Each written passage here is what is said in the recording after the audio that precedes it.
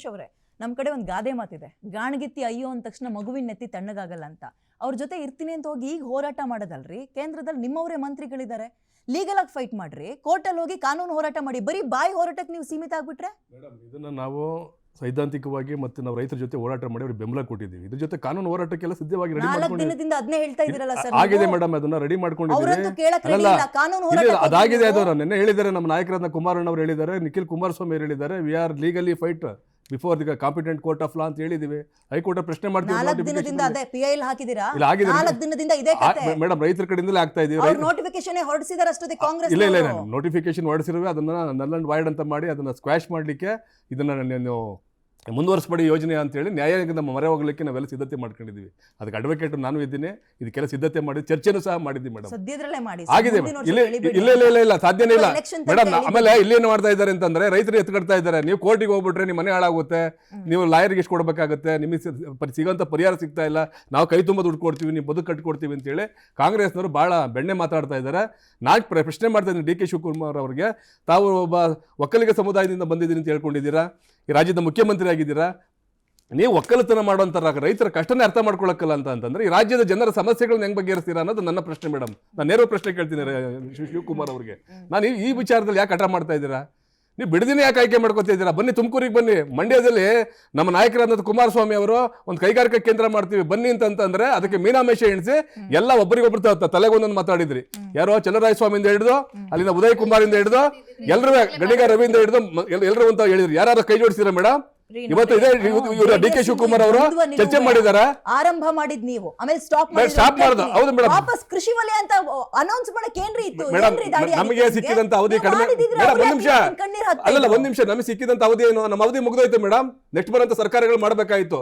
ಯಾವುದೇ ಸರ್ಕಾರಗಳಾಗಲಿ ಮೇಡಮ್, ಅದು ಕಾಂಗ್ರೆಸ್ ಆಗಲಿ, ಬಿಜೆಪಿ ಆಗಲಿ, ಜೆಡಿಎಸ್ ಆಗಲಿ, ರೈತ ವಿರೋಧಿ ನೀತಿಯನ್ನು ಅನುಸರಿಸೋದನ್ನ ನಾವು ವಿರೋಧಿಸ್ತೀವಿ ಮೇಡಮ್. ಇವತ್ತು ನಾವು 21ನೇ ತಾರೀಕು ನಾವು ನಮ್ಮ ಯುವನಾಯಕರ ಕುಮಾರಸ್ವಾಮಿ ಅವರು, ನಿಖಿಲ್ ಕುಮಾರಸ್ವಾಮಿ ಅವರು ಮತ್ತು ಕುಮಾರಣ್ಣವರು ಹಳ್ಳಿ ಪಾದಯಾತ್ರೆಗಳು ಜನಜಾಗೃತಿಯನ್ನು ಮೂಡಿಸ್ತಾ ಇದ್ದೀವಿ. ಜೊತೆ ಕಾನೂನು ಹೋರಾಟವನ್ನು ಪರಿಹಾರ, ನಮ್ಗೆ ಅದೊಂದೇ ಪರಿಹಾರ ಉಳಿದಿರೋದು ಈಗ. ಯಾಕೆಂದ್ರೆ 4-1 ಆಗಿದೆ, 6-1 ಆಗೋಗಿದೆ.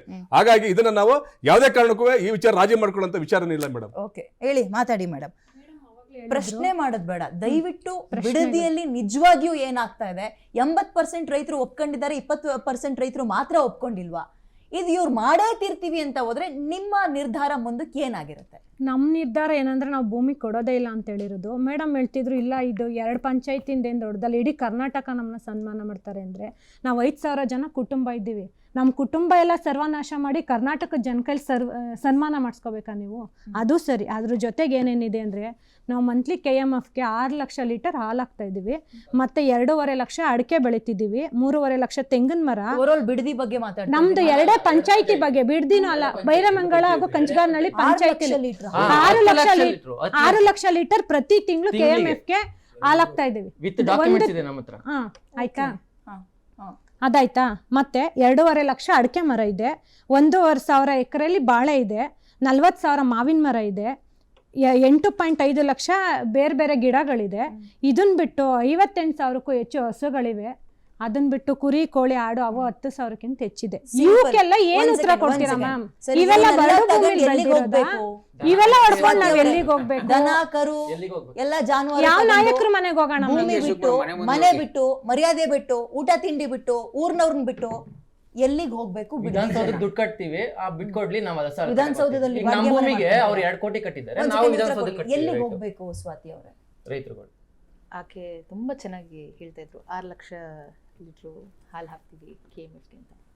ಭಾಳ ಗೌರವ ಇದೆ ಮೇಡಮ್ ನನಗೆ. ನಾನು ಪರ್ಸ್ನಲಿ ಹೇಳ್ತಾ ಇದ್ದೀನಿ ಇದನ್ನು, ಕೇವಲ ವಕ್ತಾರಿಯಾಗಿ ನಾನು ಮಾತಾಡ್ತಾ ಇಲ್ಲ. ಅಲ್ಲಿರುವಂತಹ ರೈತರು ಬೆಂಗಳೂರಿಗೆ ಇಷ್ಟು ಹತ್ತಿರ ಇದ್ದರೂ ಕೂಡ ಬೆಂಗಳೂರಿನ ಒಂದು ತಾಮ್ಜಾಮನ್ನು ಪಕ್ಕಕ್ಕಿಟ್ಟು ಅಲ್ಲಿ ರೈತಗಾರಿಕೆಯನ್ನೇ ಮಾಡ್ಕೊಂಡು ಬದುಕನ್ನು ಕಟ್ಕೊಳ್ಬೇಕು ಅಂತ ತಾವು ಆಲೋಚಿಸ್ತಾ ಇರುವಂಥದ್ದು, ಹಾಗೆ ತಾವು ಬದುಕ್ತಾ ಇರುವಂಥದ್ದು. ಇದ್ರ ಬಗ್ಗೆ ಸರ್ಕಾರಕ್ಕೆ ಅರಿವಿಲ್ಲ ಅನ್ನುವಂಥದ್ದು ಖಂಡಿತ ಇಲ್ಲ. ನಿಮ್ಮ ಹತ್ರ ಏನು ಡೇಟಾ ಇದೆ, ಇದಕ್ಕಿಂತ ಹೆಚ್ಚಿನ ಡೇಟಾ ನನ್ನ ಹತ್ರನೂ ಇದೆ, ನಾನು ಅದನ್ನು ಹೇಳ್ತೀನಿ ಕೇಳಿ. ಇದರ ಜೊತೆ 20,000ದಿಂದ 25,000 ಮರಗಳನ್ನು ಈ ಟೌನ್ಶಿಪ್ ಏನಾದರೂ ಆದರೆ, ಅಂದರೆ ಇವಾಗ ಆ್ಯಸ್ ಪರ್ ಪ್ಲ್ಯಾನ್ ಏನು JDS ಅವ್ರು ಮಾಡಿದ್ರು, ಆ್ಯಸ್ ಪರ್ ಆ ಪ್ಲ್ಯಾನಿನ ಪ್ರಕಾರ ಆಗಬೇಕು ಅನ್ನೋದಾದರೆ ಅದನ್ನು ಕಡಿಬೇಕಾಗತ್ತೆ ಅನ್ನುವಂತಹ ಮಾಹಿತಿಯೂ ಕೂಡ ಸರ್ಕಾರದಕ್ಕಿದೆ. ಆದರೆ we are making modifications in the plan. This is something which is very clear. ಇದನ್ನ ಮಾನ್ಯ ಮುಖ್ಯಮಂತ್ರಿಗಳು ಇದನ್ನೇ ಹೇಳೋದಕ್ಕೆ ಇಷ್ಟಪಡ್ತಿರುವಂಥದ್ದು, ನಾನು ಕೂಡ ಇವತ್ತಿನ ದಿನ ಇದನ್ನೇ ಹೇಳೋದಕ್ಕೆ ಇಷ್ಟಪಡ್ತಿರುವಂಥದ್ದು. ನಾವು ನೋಟಿಫಿಕೇಶನ್ ಮಾಡಿ ಏನೋ ಫೈನಲ್ ನೋಟಿಫಿಕೇಶನ್ ಅಂತ ಇವರು ಹೇಳಿದ್ರು, this is restricted only for ಒಂದು ಗ್ರಾಮ ಪಂಚಾಯತಿಗೆ ಮಾತ್ರ, 2 ಗ್ರಾಮಗಳಿಗೆ ಮಾತ್ರ ಇವತ್ತಿನ ದಿನ ನೋಟಿಫಿಕೇಶನ್ ಹೊರಡಿಸಿರುವಂಥದ್ದು, ಆಯಿತಾ. ಸೊ ನೋಟಿಫಿಕೇಶನ್ ಹೊರಡಿಸಿರುವಂಥದ್ದೇ ಇದರಲ್ಲಿ ಒಂದಿಷ್ಟು ಬದಲಾವಣೆಗಳಾಗಿ ಇದನ್ನು ಹೇಗೆ ಒನ್ ಕೂತು ಹೇಗೆ ಇದನ್ನು ಬಗೆಹರಿಸಬಹುದು, how to take it forward ಅಂತಾನೆ. ನಿಮ್ಮ ಹೊಟ್ಟೆ ಮೇಲೆ ಹೊಡೆದು ಅಥವಾ ನಿಮ್ಮನ್ನು ನಾವು ಕಡೆಗಣಿಸಿ, ನಿಮ್ಮನ್ನು ತ್ಯಜಿಸಿ ಈ ಟೌನ್ಶಿಪ್ಪನ್ನು ಮಾಡೋದಕ್ಕೆ ನಾವು ತಯಾರಿಲ್ಲ, ಸರ್ಕಾರವೂ ತಯಾರಿಲ್ಲ. ಮಾನ್ಯ ಮುಖ್ಯಮಂತ್ರಿಗಳು ಇವತ್ತು ನಿನ್ನೆ ಏನು ಸ್ಟೇಟ್ಮೆಂಟನ್ನು ಕೊಟ್ಟರು, ಪ್ರಧಾನಮಂತ್ರಿಗಳನ್ನ ಭೇಟಿ ಮಾಡಿ ನಾನು ಯಾಕೆ ಗುಜರಾತಿನ ಎಕ್ಸಾಂಪಲ್ ಕೊಟ್ಟೆ ಅಂತಂದರೆ ಇದಕ್ಕೇ ಕೆಲವೊಂದು ಸಾರಿ ಕೆಲವು ಕಡೆಗಳಲ್ಲಿ ಟಫ್ ನಿರ್ಧಾರಗಳನ್ನ ತೆಗೆದುಕೊಳ್ಬೇಕಾಗತ್ತೆ. ಆ ಟಫ್ ನಿರ್ಧಾರಗಳು ಬೇರೆಯವರ ಬದುಕನ್ನು ಬದಲಾಯಿಸ್ಬಿಡುತ್ತೆ ಅನ್ನುವಂಥದ್ದು ಎಷ್ಟು ಸತ್ಯನೋ ಹಾಗೆ ಅದು ಬೇರೆಯವ್ರ ಬದುಕನ್ನು ಹಾಳು ಮಾಡಿಬಿಡುತ್ತೆ ಅನ್ನುವಂಥದ್ದು ಅಷ್ಟೇ ಸುಳ್ಳು.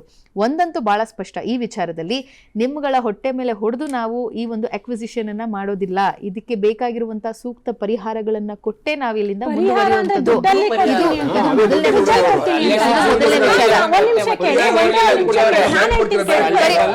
ದುಡ್ಡೇ ಕೊಡುವಂಥದ್ದು ಟೌನ್ಶಿಪ್ ಅಲ್ಲಿ ನಾವು ಹೆಂಗ್ ಅಕಾಮಡೇಟ್ ಮಾಡಬಹುದು ಅನ್ನೋದು ಆಲೋಚನೆಯೂ ಕೂಡ ಪರಿಹಾರ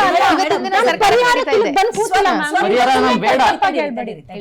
2-2.25 ಕೋಟಿ ರೂಪಾಯಿ ಕೊಡ್ತೀವ್ರಿ ಎಕರೆಗೆ.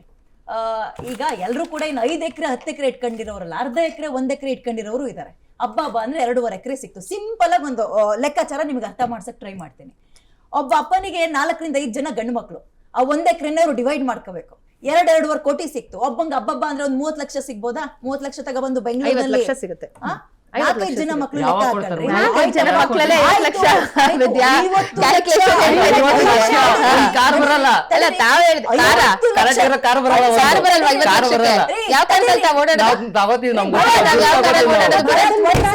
ಮತ್ತೆ 50 ಲಕ್ಷ ಕಾರ್ ಬರಲ್ಲ. ನಿಮಗೂ ಸೀರಿಯಸ್ನೆಸ್ ಅರ್ಥ ಆಗ್ತಾ ಇಲ್ವಾ?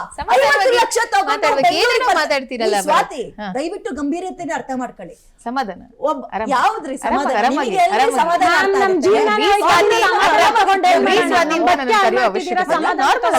ಕರಿತಾ ಇದ್ದೀನಿ ನಿಮ್ಗೆ ಅರ್ಥ ಮಾಡ್ಕೊಳ್ತಿಲ್ಲ. ಇಲ್ಲೇ ಹತ್ರದಲ್ಲಿ ಇದ್ರೆ ಮಾತಾಡಿ ನೋಡಿ. ಒಬ್ಬ ಅಪ್ಪನಿಗೆ 4-5 ಜನ ಗಂಡ್ಮಕ್ಳು, ಅವನ ಹತ್ರ ಇರೋದೇ 1-1.5 ಎಕರೆ ಗದ್ದೆ. 2.5 ಕೋಟಿ ಕೊಡ್ತೀರಿ ನೀವು. ಹಬ್ಬ ಅಂದ್ರೆ ಹಂಗು ಹಿಂಗಾಡಿ 3 ಕೋಟಿನೇ ಕೊಡ್ತೀರಿ ಅನ್ಕೊಳ್ಳಿ.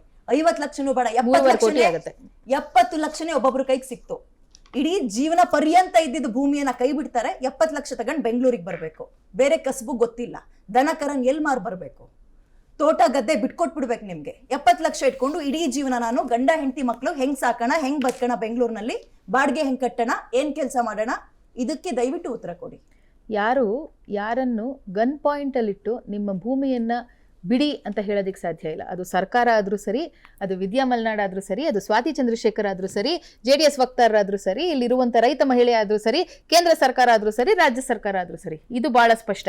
ಸರ್ಕಾರ ಜನರ ವಿರುದ್ಧ, ಕೇಳಿಸ್ಕೊಳ್ಳಿ ವಿದ್ಯಾ, ಸರ್ಕಾರ ಜನರ ವಿರುದ್ಧ ಗನ್ ಪಾಯಿಂಟ್ ಇಟ್ಟು ಬನ್ರಿ ಸೈನ್ ಮಾಡ್ರಿ, ನೀವು ನಾನ್ ನಿಮ್ಮ ತಲೆ ಮೇಲೆ ಬಂದೂಕ್ ಇಟ್ಟಿದ್ದೀನಿ, ಕೊಡ್ಲಿಲ್ಲ ಅಂತಂದ್ರೆ ದುಡ್ಡು ಇಸ್ಕೊಂಡು ಹೋಗ್ರಿ ಅನ್ನೋ ಕಾಲ ಇವತ್ತಿನ ದಿನ ನಮ್ಮ ದೇಶದಲ್ಲಿ ನಡೀತಾ ಇಲ್ಲ. ನಮ್ಮ ದೇಶದಲ್ಲಿ ನಡೀತಾ ಇಲ್ಲ.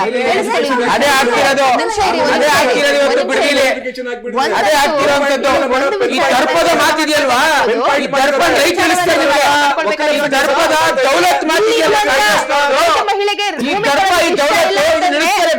ನಿಮ್ಮ ಮೇಲೆ ಗನ್ ಪಾಯಿಂಟ್ ಇಟ್ಕೊಂಡು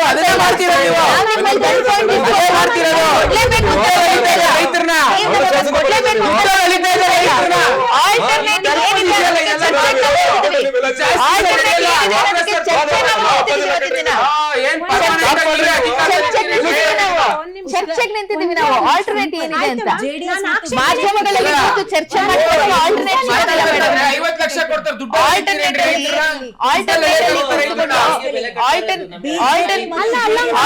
ಆಗಿ ಏನ್ ಮಾಡಬಹುದು ಅಂತ ಚರ್ಚೆ ಸೈನ್ ಮಾಡಿ ಅಂತ ಯಾರು ಹೇಳ್ತಾ ಇಲ್ಲ madam.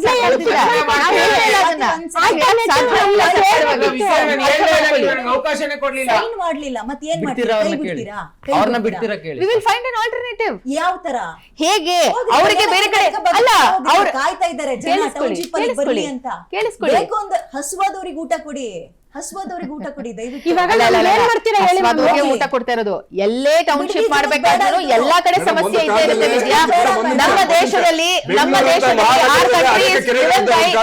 our country is driven by 80% of agriculture economy, 70% of agricultural economy. So, ಯಾವುದೇ ಅಭಿವೃದ್ಧಿ ಕೈಗಾರಿಕಾ ಕಾರ್ಯಗಳನ್ನ ನಾವು ಮುಂದುವರಿಬೇಕು ಅಂತಿದ್ರೆ ಸಮಸ್ಯೆ ಇದ್ದೇ ಇರುತ್ತೆ ಎಲ್ಲಾ ಕಡೆ. ಸಮಸ್ಯೆ ಇಲ್ದಿರಂತೂ ಸಾಧ್ಯ ಇಲ್ಲ. ರಾಮನಗರದ ಕತೆ ಹೆಂಗ್ ಕಾಣಿಸ್ತಾ ಇದೆ ಹೇಳಿ? 2 ಪಂಚಾಯತಿಲಿ 10 ಲಕ್ಷ ಲೀಟರ್ ಹಾಲು ಹಾಕ್ತಾರೆ ಅಂತ ಹೇಳ್ತಾ ಇದ್ರು ಅವರು. ಎಷ್ಟು ಜಾನುವಾರುಗಳಿದಾವೆ ಅಂತ ಹೇಳ್ತಾ ಇದ್ರು. ಬೆಂಗಳೂರಿನಲ್ಲಿ 10 ನಿಮಿಷದ ಮಳೆ ತಡ್ಕೊಳಕ್ ತಾಕತ್ತಿಲ್ಲ. ಬೆಂಗಳೂರಿಗೆ ಕಳ್ಕೊಬಿಟ್ಟಿದೆ. ಬೋರ್ಡ್ ಬರ್ಲಿ ಸಾಕು. ಎಲ್ಲರೂ ಸೇರ್ ಮಾಡಿದ್ರು. ಎಲ್ಲ ರಾಜಕಾರಣಿಗಳು not only Congress, BJP, JDS ಎಲ್ಲರೂ ಸೇರ್ಕೊಂಡು ಬೆಂಗಳೂರ್ನ ಹೆಂಗ್ ಮಾಡ್ಬಿಟ್ಟಿದ್ದೀರಿ ಅಂದ್ರೆ 10 ನಿಮಿಷ ಮಳೆ ಅಂತ ತಡ್ಕೊಳಕ್ ತಾಕತ್ತಿಲ್ಲ. ಅದ್ರ ಫ್ಯೂಚರ್ ಇದಕ್ಕೋಸ್ಕರನೇ ಬಿಡದಿ ಟೌನ್ಶಿಪ್ ಮಾಡ್ತಾ ಇರೋದು ಮೇಡಮ್. ತಿಳ್ಕೊಂಬಿಡಿ, ಇವತ್ತಿನ ದಿನ ಇಲ್ಲಿರುವಂತ ಜನ ತಮ್ಮ ಕಡಿಮೆ ಮಾಡ್ಬೇಕಾಗಿದೆ. ನಾವು ಬೆಂಗಳೂರಲ್ಲಿ ಇರೋರ್ನ ಗೆಟ್ ಔಟ್ ಅಂತ ಹೇಳೋದಿಕ್ಕಾಗೋದಿಲ್ಲ. ಆಲ್ಟರ್ನೇಟ್ ವ್ಯವಸ್ಥೆಗಳನ್ನ ಸೃಷ್ಟಿ ಮಾಡ್ಬೇಕಾಗಿದೆ. ಅದಕ್ಕೋಸ್ಕರನೇ ಈ ಟೌನ್ಶಿಪ್ ಗಳು ಮಾಡ್ತಾ ಇರುವಂತದ್ದು. ಇವತ್ತಿನ ದಿನ ಇಲ್ಲಿ ನಾವು ಇಲ್ಲಿ ಕುತ್ಕೊಂಡು ಮಳೆ ಬರ್ತಾ ಇದೆ, 10 ನಿಮಿಷ ಬೆಂಗಳೂರು ತಡ್ಕೊಳ್ಳೋದಿಕ್ ಸಾಧ್ಯ ಇಲ್ಲ. ಅಲ್ಲಿ ನೋಡಿ ಏನೋ ಸಮಸ್ಯೆ ಆಗಿದೆ, ಬಿಲ್ಡಿಂಗ್ ಮುರಿದೋಗಿದೆ. Yes, what is the alternative? ರಾಜಕೀಯದಲ್ಲಿ ಸರ್ಕಾರವಾಗಿ ನಾವೇ ಆಲ್ಟರ್ನೇಟ್ ಸರ್ಕಾರವಾಗಿ ನಾವೇ ಆಲ್ಟರ್ನೇಟ್ ಮಾಡ್ಬೇಕಾಗಿರೋದು.